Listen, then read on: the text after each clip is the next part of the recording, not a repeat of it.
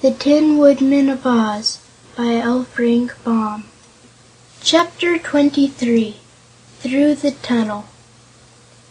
It didn't rain just then, although the clouds in the sky grew thicker and more threatening. Polychrome hoped for a thunderstorm, followed by a rainbow, but the two tin men did not relish the idea of getting wet. They even preferred to remain in Nimmie Amee's house, although they felt they were not welcome there, rather than go out and face the coming storm. But the Scarecrow, who was a very thoughtful person, said to his friends: "If we remain here until after the storm, and Polychrome goes away on her rainbow, then we will be prisoners inside the Wall of Solid Air. So it seems best to start upon our return journey at once. If I get wet, my straw stuffing will be ruined, and if you two tin gentlemen get wet, you may perhaps rust again and become useless, but even that is better than to stay here.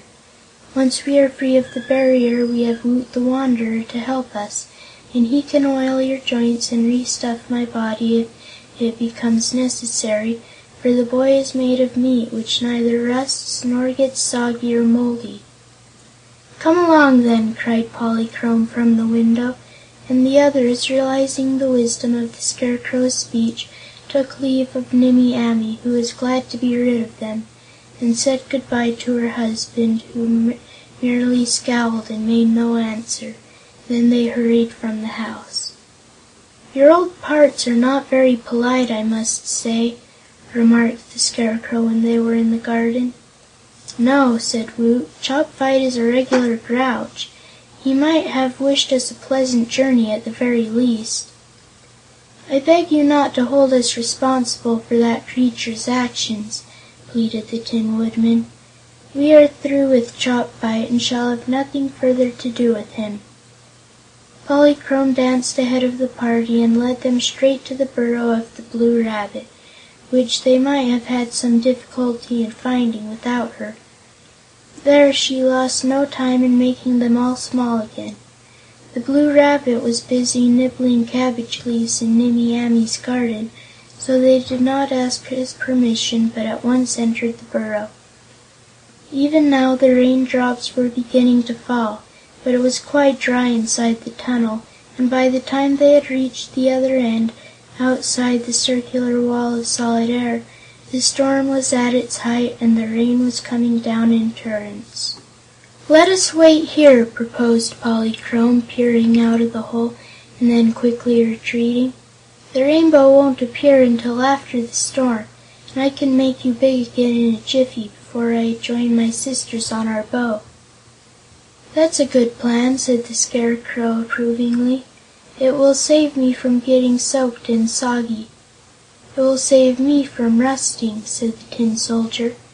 "It will enable me to remain highly polished," said the Tin Woodman. "Oh, as for that, I prefer not to get my pretty clothes wet," laughed the Rainbow's Daughter. "But while we wait, I must bid you all adieu. I must also thank you for saving me from that dreadful Giantess, Mrs. Yoop.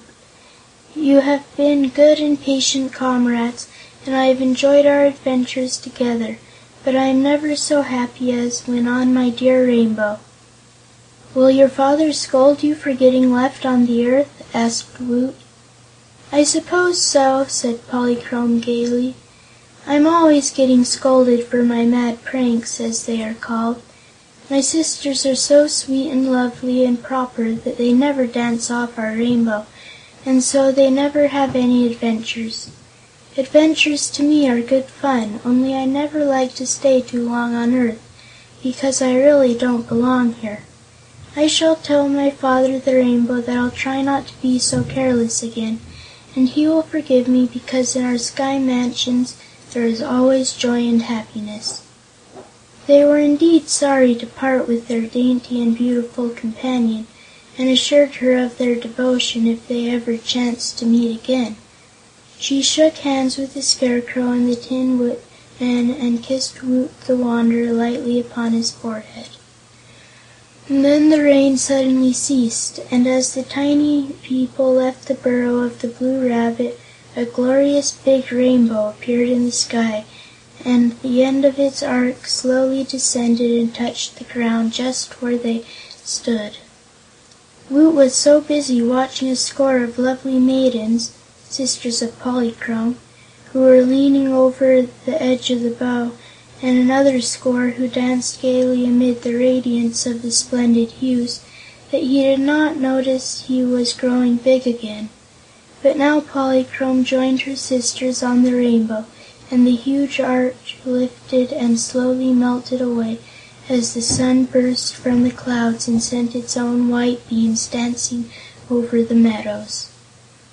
"Why, she's gone!" exclaimed the boy, and turned to see his companions still waving their hands in token of adieu to the vanished Polychrome. End of chapter 23.